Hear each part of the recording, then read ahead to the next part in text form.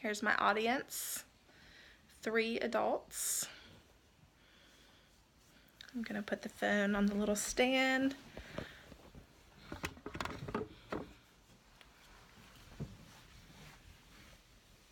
All right.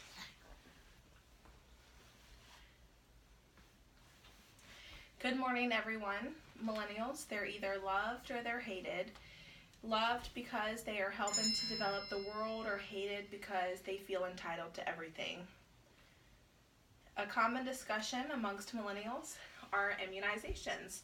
Should we or should we not give our children vaccines? Or as adults, should we or should we not get the seasonal vaccines? Vaccines are illnesses in a non-active form or a very small dose that is injected into us to help our bodies create antibodies to fight off the illness in the future. There are multiple different vaccines. The whooping cough is popular, the flu shot, hepatitis A and B. They actually don't make one for hepatitis C, D, and so on. The tetanus shot, the chickenpox shot, is just to name a few of the common ones. There is a list that is provided at the pediatrician office. I know this because I'm currently raising a 1-year-old, that will show all of the required vaccinations to be in the public school system, and they're all required before kindergarten, and often they are required to go into a daycare. The state of Virginia requires a total of 8 immunizations for girls and 7 for boys. Each immunization is done through a spread out system, and I learned that from the website vdh.virginia.gov. The required vaccines to get into school are the DTaP, the Hib, Hep B, HPV is for girls, that's the one that makes that number different, MMR, PVC, polio, and chickenpox.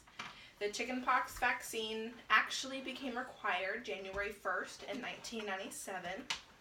And in March 10, 2010, it became required to have a second dose before kindergarten.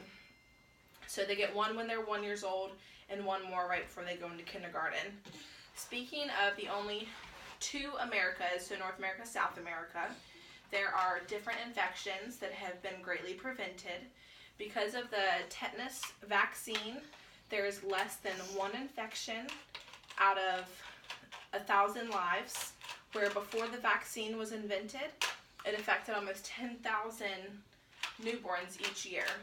There's a great result with the other vaccines as well, hence why it is encouraged so much. And that is why I am pro-vaccinations, because of the development that we've been having. I learned that when I was looking in the New York Times. There was multiple databases in there, multiple articles on vaccinations, and I pulled the ones from the most current. Out of the 25 vaccines that there are, 17 are not required. In my opinion, that's a lot, but I think that's good. The people have an option of getting them or not getting them. A few of them are well known as like the rabies shot, and that's not only for dogs, which I thought that it was, or for any animals, not just dogs, but people can get that as well. And then there's the tuberculosis, that's common, smallpox, and shingles. And shingles is actually a vaccination for people to prevent shingles if they've already had chickenpox and did not get the chickenpox vaccine. And I found that also in the New York Times, and I think that's amazing because shingles can be very painful, and if we can prevent pain, I think that's wonderful.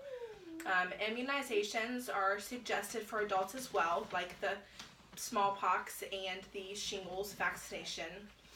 Some vaccines do not last a lifetime and will need to be updated, just like the 10-year tetanus booster.